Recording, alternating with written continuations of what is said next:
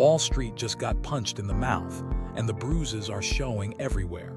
If you thought this rally was bulletproof, today's tape just proved you dead wrong. Let's break it down. The S&P 500 dropped 1.24%, closing at 7,408. The Nasdaq got hit even harder, falling 1.54% to 26,225.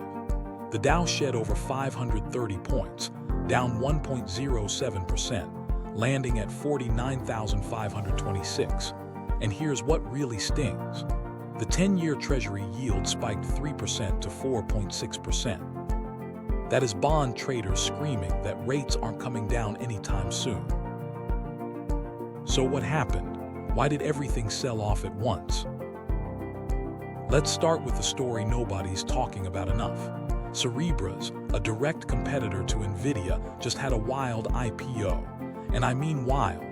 It signals that the AI chip war is intensifying in a way that could reshape the entire sector. More competition means more uncertainty. And uncertainty, that's what makes traders hit the sell button. But here's the kicker. Even in the middle of this sell-off, there's a corner of the market that looks absolutely insane. SanDisk is up 482% this year. You heard that right, 482%. It's the top performer in the entire S&P 500. And get this, despite that monster rally, its forward earnings multiple has actually collapsed from 23 down to below 9. The AI memory boom is generating so much profit that the stock is getting cheaper as it goes up. That almost never happens.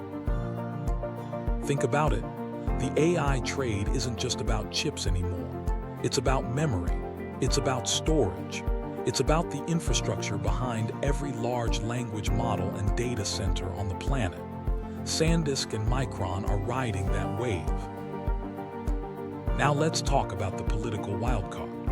President Trump reportedly bought up to $630,000 worth of Palantir stock earlier this year, then promoted the company on Truth Social. He also sold at least $1.1 million worth. That's raising serious ethics questions on Capitol Hill.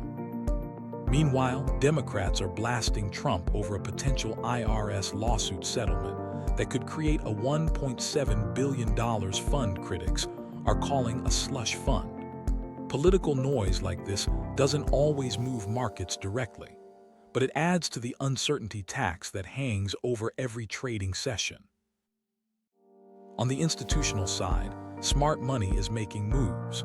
Bright Valley Capital just dropped $25 million on VipShop, a Chinese flash sales company. That's now nearly a fifth of their entire portfolio. They're also loaded up on Intel calls and PDD calls. That tells me at least one fund is betting big on a China tech rebound, while most investors aren't even looking in that direction. So what's the bottom line? Today's sell-off was driven by rising yields, AI competition anxiety, and political uncertainty. But underneath the surface, the AI infrastructure trade is still white hot. The question is whether this pullback is a buying opportunity or the start of something deeper. Sentiment sits at 63 out of 100. That's greed territory, not extreme greed, but enough to suggest the market got a little too comfortable before today's reality check. The yield curve is normal. Unemployment is at 4.3%. No major catalysts are scheduled for the next 3 days, which means the market is going to have to sit with this pain over the weekend. If this kind of breakdown helps you make sense of your money, smash that subscribe button so you never miss a beat.